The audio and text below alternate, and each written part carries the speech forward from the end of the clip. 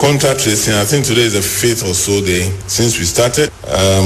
We are testing all contacts in Accra, in Kumasi, and across the country, and do contacts and for them. We are testing all people we meet in their homes. We have hotspots where we visit, like family contact tracing is being done. Our contact tracing is done. Currently, we are looking at about 110 contacts in each region who are being tested, and then the report will be shared when they come in. As at yesterday, over 6,000 tests samples have been taken for testing. So testing currently ongoing across the country. That's as at 6 p.m. today.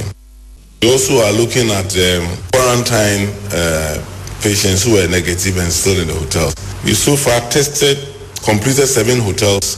We've done tests for 538 of them.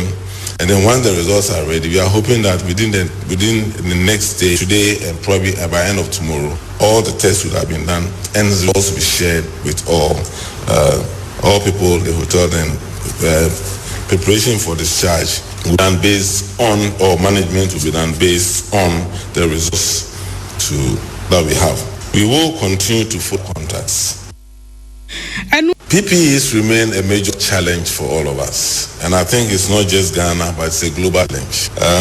We continue to provide as many as can be pushed and put in there. And more continues coming. We have received a significant number of coveralls that is being distributed today, and some masks last night is being distributed. But these are definitely not going to be enough. And we urge facility heads to ensure appropriate distribution of the masks. Generally, majority of our people will just need masks, nose masks, and gloves.